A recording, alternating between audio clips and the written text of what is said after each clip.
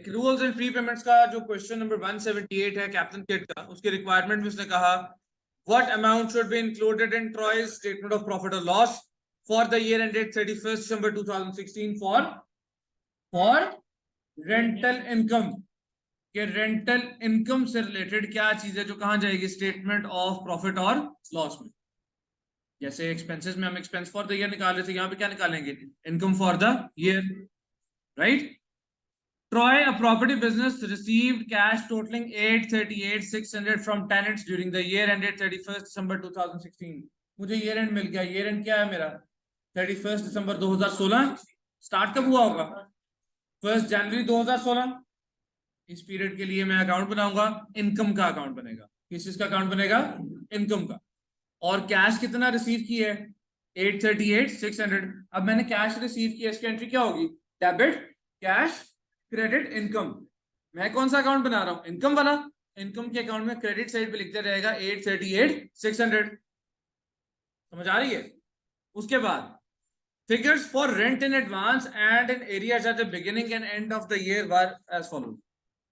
Rent जो मुझे advance में मिल रहा है, रेंट एडवांस में पे कर रहा हूं या मिल रहा है, तो अगर रेंट एडवांस में मिल रहा है तो ये एसेट है या लायबिलिटी है। तो rent received in advance, this is your liability.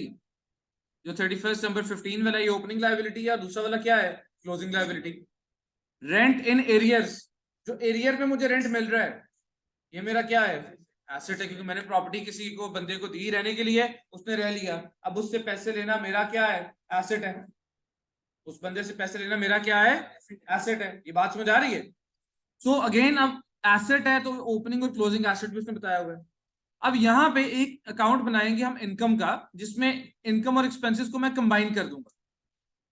ठीक है, इनकम का अकाउंट बनेगा जिसमें इनकम और एक्सपेंसेस क्या हो जाएंगे, कंबाइन हो जाएंगे। This is question number 178। मैंने अकाउंट बनाया यहां पे इनकम का, ठीक है, ये आ गया इनकम का अकाउंट। और जो ओपनिंग मेरे पास एसेट है वो डेबिट साइड पे आना है।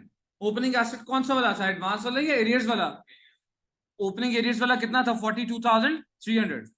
और क्लोजिंग एसेट कहां पे जाएगा, क्रेडिट साइड पे, वो कितना है, 48,400। इसी तरह जो रेंट मुझे एडवांस में मिल रहा है वो मेरी क्या है, ओपनिंग लायबिलिटी क्रेडिट साइड पे आएगी, जो कि कितनी है, 102,600। और क्लोजिंग लायबिलिटी कहां पे आएगी, क्रेडिट साइड, डेबिट साइड पे, वो कितनी है, 88,700। कैश कितने का मिला, कहां पे लिखा जाएगा, क्रेडिट साइड पे, कैश रिसीव्ड 838,600।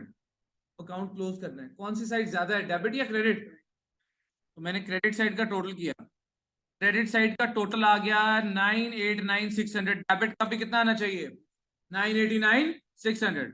और जब मैं यहाँ पे डिफरेंस निकालूंगा, यानी 989,600 में से 42,300 और 88,700 माइनस करूंगा, ये आ गया 858,600। ये क्या है, this is income for the, और ये कहां जानी है, स्टेटमेंट ऑफ प्रॉफिट। और ये पूछा हुआ था उसने, तो इसके आप ब्लैंक में लिख दोगे 858,600। कुछ समझ आई बात की, सबको क्लियर है या किसी को मसला है। हाँ जी, जियो न्यूज के रिपोर्टर, समझ आई है, लिखना है ये, उसको जेब में रखें फोन को। क्वेश्चन नंबर 179, 179 पे आते हैं। रिक्वायरमेंट में क्या कहता है, what figure should be included in Bartlett's financial statement for the year ended 30th June 2016। Year end क्या है, मैं ईयर एंड की डेट लिखता हूं, it is 30th June 2016। Start कब हुआ होगा, 1 जुलाई 2015। ये स्टार्ट कब हुआ, 1 जुलाई 2015। ये मैंने टाइमलाइन बना ली। कहते हैं details of Bartlett's insurance policy are below. Insurance income है या एक्सपेंस है, इंश्योरेंस क्या है हमारा, पैसे दे रहे हैं ना, तो इंश्योरेंस इज एन एक्सपेंस। तो इसका मतलब है यहां पे एक्सपेंस का अकाउंट मैं बना लूंगा। अच्छा, एक्सपेंस के केस में आप कैश रिसीव करते हो या पे करते हो, मैंने नाम दे दिया इसको इंश्योरेंस का। ओपनिंग क्लोजिंग में मिटा देता हूं सारा। अच्छा, यहां पे सबसे पहले तो मैं लिखूंगा कैश पेड। कौन सा कैश? जो मैंने इस टाइमलाइन के अंदर पे की है ड्यूरिंग द ईयर। अब देखो क्या लिखा हुआ है उसने यहाँ पे, premium for the year ended 31 March 16 paid April 2015। 31 मार्च 16 तक के लिए प्रीमियम दिया है, और कब दिया था?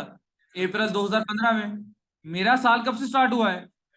जुलाई 15 से। तो क्या मैंने अपने साल शुरू होने के बाद पे किया, उससे पहले पे किया हुआ था? छोड़ दो उसको, उसको छोड़ दो, फिर यहाँ पे ना लिखो। दूसरी पेमेंट जो है, उसने कहा premium for the year ending 31 March 2017 paid when? April 2016। क्या अप्रैल 16 मेरे इस ईयर के अंदर आ रहा है या नहीं आ रहा? लिख दो कितना पे किया है, 12,000। ठीक है, अभी जो मैंने 12,000 पे किए, ये कब तक के लिए पे किया है? 31 मार्च 2017 तक के लिए। और मेरा साल कब खत्म हो रहा है? डेट पूरी क्या है? 30 जून 16। तो जून से आगे कितने महीनों के लिए मैंने अभी से पैसे दे दिए हैं? गिनो जरा। जुलाई, अगस्त, सितंबर, अक्टूबर, नवंबर, दिसंबर, जनवरी, फरवरी, मार्च। 12 महीने के लिए पैसे दिए ना। उन 12 में से कितने महीने हैं जो अगले साल के हैं? 9 मंथ्स। तो अगर अगले साल के 9 मंथ्स के लिए मैंने अभी से पैसे दे दिए हैं, तो इसका मतलब ये क्या है, आपका एसेट है या लायबिलिटी है? अगले साल के लिए अभी से पैसे दे दिए हैं, तो एसेट है कि लायबिलिटी है? एसेट है। क्लोजिंग एसेट कहां पे आएगा? क्रेडिट साइड पे। कितना? 12,000 मल्टीप्लाई बाय 9/12। पिछली क्लास में आए थे, पिछली क्लास में आए थे आप? थर्सडे को आए थे? एग्जाम्पल्स जो की थी उनमें हमने कुछ इस तरह की बात ही की थी ना। अब ये देखो यहाँ पे जो पेमेंट हुई है, पेमेंट हमने दी है अप्रैल 2016 में। कब तक के लिए दे दी है? 31 मार्च व्हाट डेट पूरी बोलनी है? 2017 तक। मेरा साल कब खत्म हुआ? तो जून 2016 के बाद आगे कितने महीनों के लिए पैसे दिए, गिनो जरा। जून से आगे जुलाई, अगस्त, सितंबर, अक्टूबर, नवंबर, दिसंबर, जनवरी, फरवरी और मार्च। अगले साल के 9 महीनों के लिए मैंने अभी से पैसे दे दिए। तो इसका मतलब है वो फिर मेरा क्या है, क्लोजिंग एसेट। अगर मैंने पैसे रिसीव कर लिए होते वो क्या होती, क्लोजिंग लायबिलिटी।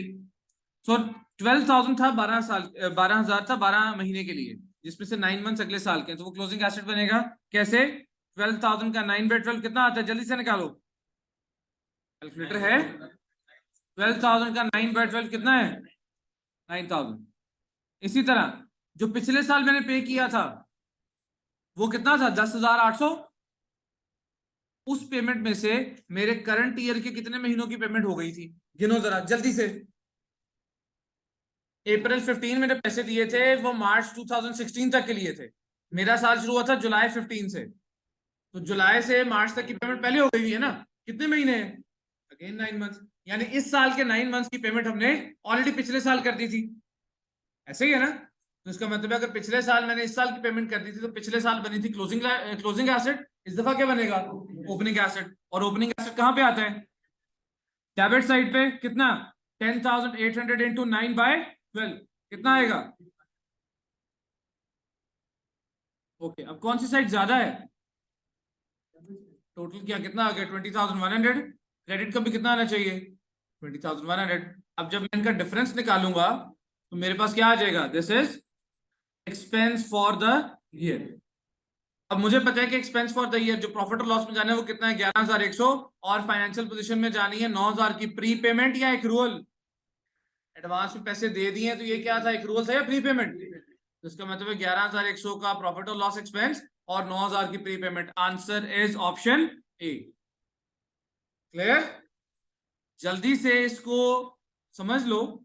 और question number 180, question number 180 exact उस तरह का सवाल है जिस तरह की हमने एग्जांपल्स की हैं। जो हमने थर्सडे को एग्जांपल्स की थी ना, सेम इस तरह की एग्जांपल्स थी। सॉल्व करो और मुझे इसका आंसर बताओ। यू ऑल हैव 2 मिनट, जल्दी से सब लोग सॉल्व करके मुझे इसका आंसर बताएं। खामोशी से सॉल्व करेंगे, आपस में कोई बात नहीं करेगा। खुद सॉल्व करो, गलत कर दो, नॉट एन इशू। लेकिन मुझे कोई किसी से पूछता हुआ नजर ना आए, जल्दी से।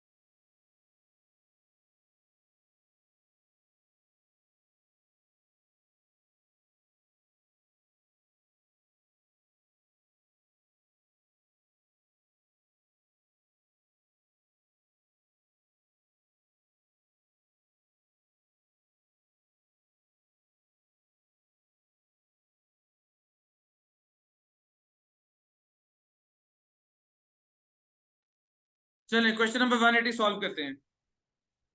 अब सब लोग जरा इधर ध्यान करें, अपनी कैलकुलेशन जो कर रहे हैं रोक लें।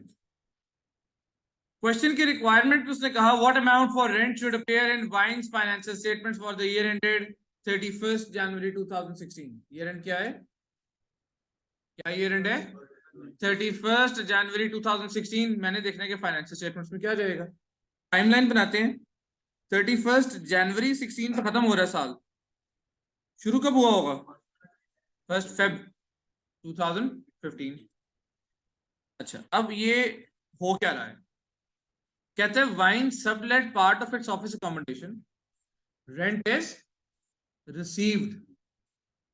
रेंट रिसीव कर रहे हैं, इनकम है या एक्सपेंस है? तो अकाउंट बनेगा इनकम का। कैश रिसीव्ड या कैश पेड, किस साइड पे आएगा? क्रेडिट साइड पे। ठीक है, हम अकाउंट बनाते हैं इनकम का। ये अकाउंट आ गया जी हमारे पास रेंटल इनकम का। पहले मैं यहाँ पे लिखूंगा जी कैश रिसीव्ड। अच्छा, कहता है cash is received quarterly in advance. अच्छा, कैश मिल रहा है क्वार्टरली एडवांस में, यानी 1 जनवरी को जो रेंट मिलेगा वो होगा जनवरी, फरवरी, मार्च का, and so on 1 January, 1 April, 1 July and 1 अक्टूबर। मेरा साल फरवरी से स्टार्ट हुआ है, तो फरवरी के बाद मैंने पैसे कब रिसीव किए होंगे?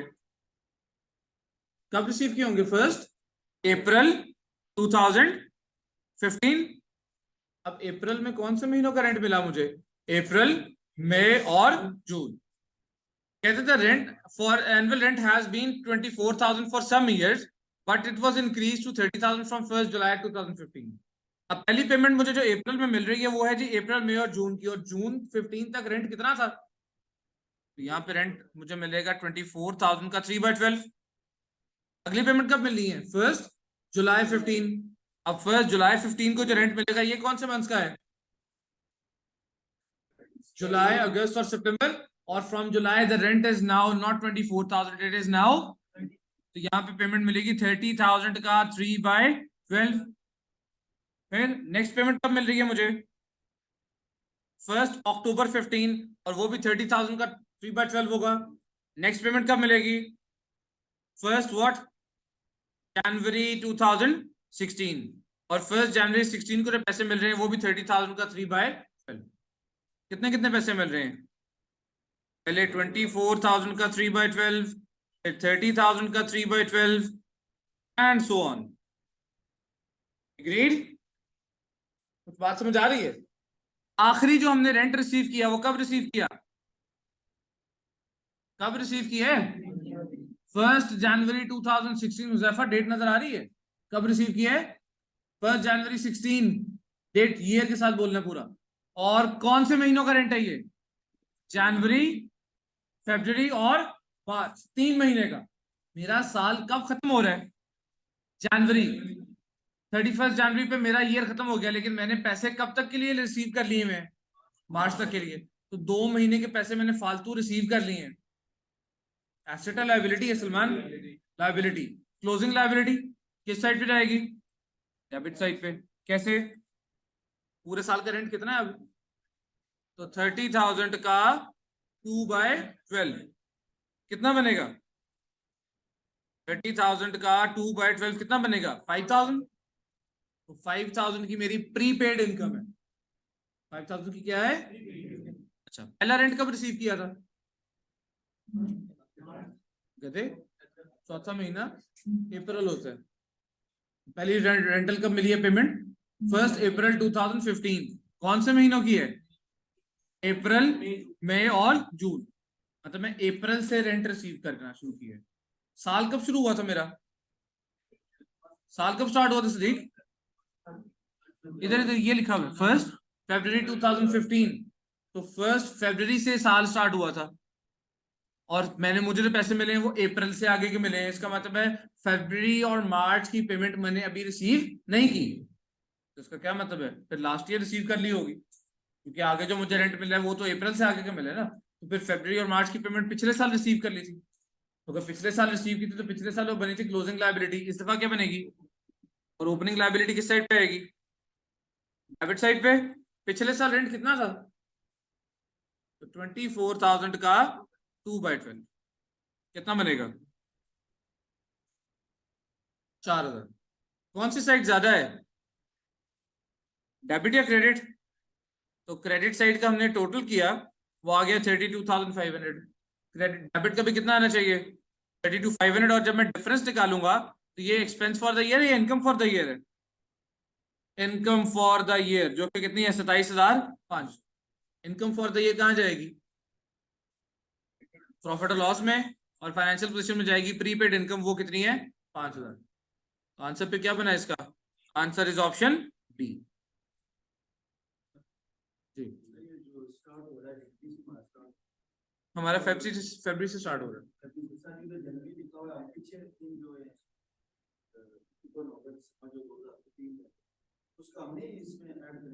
एडवांस में कर रहे हो, एरियर्स में कर रहे हो? ये लिखा हुआ सवाल में क्वार्टरली इन। एडवांस का मतलब है जो आप 1 जनवरी को पैसे रिसीव करोगे जनवरी से आगे 3 महीने के, यानी कि जनवरी, फरवरी और मार्च के। एरियर्स होता तब पिछले 3 महीनों के पैसे। क्लियर? उस बात समझ आ रही है? सो ये 3 सवाल तो हमने देख लिए। करने को हम बाकी सारे भी कर सकते हैं, लेकिन अगेन उसका फायदा मुझे नहीं है ना आपको है। ठीक है, क्वेश्चंस करने का जो एक फायदा है वो तब होगा जब आप क्वेश्चन करो। गलत कर दो कोई प्रॉब्लम नहीं है, गलत करोगे तो सीखोगे ना। तो क्वेश्चन नंबर 181 से लेकर क्वेश्चन नंबर 206 कितने सवाल हैं? 26। कितने सवाल हैं? 26 सवाल हैं। गलत या सही मुझे कल सबके पास सॉल्व हुए हुए चाहिए। एग्रीड? और मेक श्योर कि ये आप करके आओ, क्योंकि कल ये जिसने क्वेश्चंस नहीं किए होंगे, एक तो फाइन करूंगा, दूसरा क्लास से निकाल दूंगा, दोनों काम करूंगा। ठीक है, सी यू ऑल टुमारो। ख्याल रखें।